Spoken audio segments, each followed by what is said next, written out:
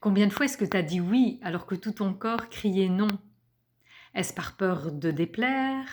Est-ce par peur, de perdre l'amour de l'autre, du jugement, de ne pas être une bonne mère? Et puis après avoir dit oui, tout ce poids que tu as ressenti peut-être dans ton corps. Pourquoi? Pour éviter des conflits? Pour, répondre peut-être, à des normes? À ce qu'on t'a appris étant enfant? Imagine ce que serait ta vie si tu disais non à certains moments, quand tu en as vraiment envie, besoin. Et en fait, ça s'apprend.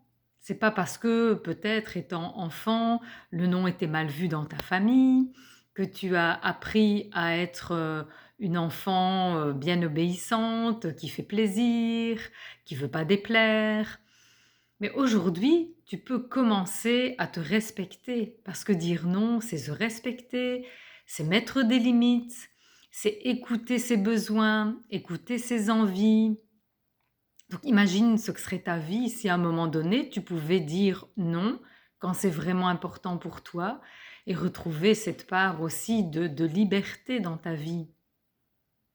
Alors tout ça ne tombe pas du ciel, c'est sûr, c'est un apprentissage qui commence par le fait de se connaître, savoir quels sont tes besoins, quels sont tes goûts, quelles sont tes envies, et aussi d'écouter son corps.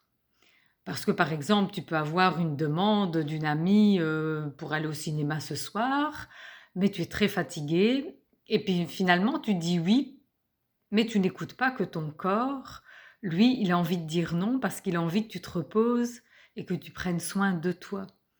Donc c'est d'abord s'écouter. Si tu as entendu ma vidéo sur la météo intérieure, c'est faire un petit retour rapide sur ta météo intérieure et voir où est-ce que tu en es là maintenant, quel est ton besoin.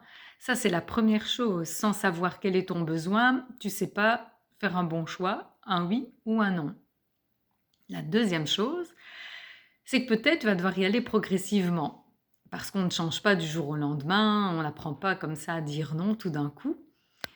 Et si c'est pas facile pour toi, tu peux y aller progressivement. Et notamment, tu peux commencer en disant à la personne qui te fait une demande, là je ne sais pas te répondre, mais je te reviens dans quelques instants. Ou par exemple, attends, je dois regarder mon agenda et puis je te reviens. Ça te laisse un peu de temps pour prendre le temps d'écouter quel est réellement ton besoin, ton désir et après pouvoir dire le non. Et le troisième point, c'est la manière dont tu vas dire ce non. Parce que si ce non n'est pas convaincant, si tu dis non, mais qu'au fond, on sent qu'il y a une hésitation, tu peux avoir certaines personnes qui vont insister, qui vont trouver toute une série d'arguments et qui finalement vont te faire craquer. Donc ça, ce sont vraiment les différents points sur lesquels tu peux apprendre à travailler.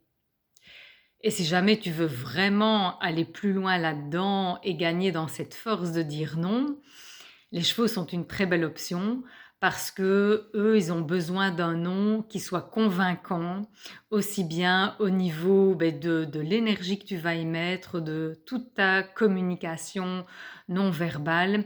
Et expérimenter avec les chevaux, ça fait pour toi un nouvel ancrage, un nouvel apprentissage qui te permet de repartir avec une expérience dans laquelle tu auras vraiment mis en pratique le fait de dire non.